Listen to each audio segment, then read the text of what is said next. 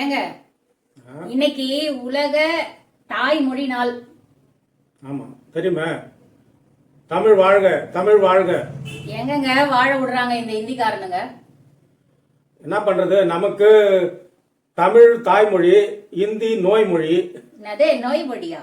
ஆமா, அப்பப்போ அந்த வைரஸ் காய்ச்சல் மாதிரி வருது. அப்புறம் எதிர்ப்பு மருந்து கொடுத்தாதான் போகுது. என்ன பண்றது? சரி, இந்தி படிச்சாதான் என்ன?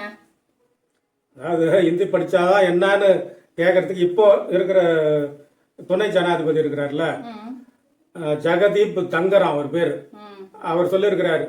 என்னதான் அப்படி சொல்லிட்டாரு? ஒரு நிலத்தை கைப்பற்றணும்னா முதல்ல அந்த மொழியை அழிக்கணும், அதுதான் சிறந்த வழி. எவ்வளவு சிறப்பா சொல்லியிருக்கிறாரு பத்தியா? என்ன இவ்வளவு ஓப்பனா ஸ்டேட்மெண்ட் விட்டுருக்காரு? இந்திக்காரனுங்களுக்கு என்னன்னா, இந்தியா முழுசுமே அவனுங்களுக்கு சொந்தம், அவனுங்களுக்கு தான் வாங்கி போட்ட மாதிரியே பேசுவானுங்க. போன குட்டி வெளியே வந்துருச்சு. அப்படி உண்மையா பார்த்தா மிக பழமையான மொழி தமிழ் மொழி தான். தமிழ் மொழியை தானே எல்லாரும் படிக்கணும். ஆமா, செம்மொழியாச்சே. இந்திக்காரனுங்க இந்த நியாயம் நீதிக்கெல்லாம் கட்டுப்படவே மாட்டானுங்க.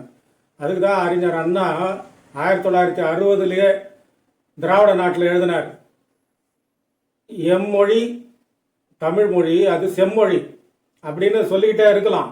ஆனால் சில நாட்களுக்கு பிறகு எம்மொழி ஆட்சி மொழி அப்படின்னு யாருன்னா கேட்டாங்கன்னா, எம்மொழி ஆட்சி மொழி, எம்மொழி ஆட்சி மொழின்னு சொல்லணுமா? ஆனால் இந்தி மொழின்னு சொல்லிட்டோம்னா, இவனுங்க கொண்டு வந்து இந்தியை திணிச்சு நாம் ஒரு வேளை அதை ஒத்துக்கிட்டோம்னா கேவலமாக பார்க்க மாட்டான் அப்படின்னு கேட்குறாரு அறிஞர் அண்ணா. அதனால தான் எப்பவுமே கவனமாக இருக்கணும்.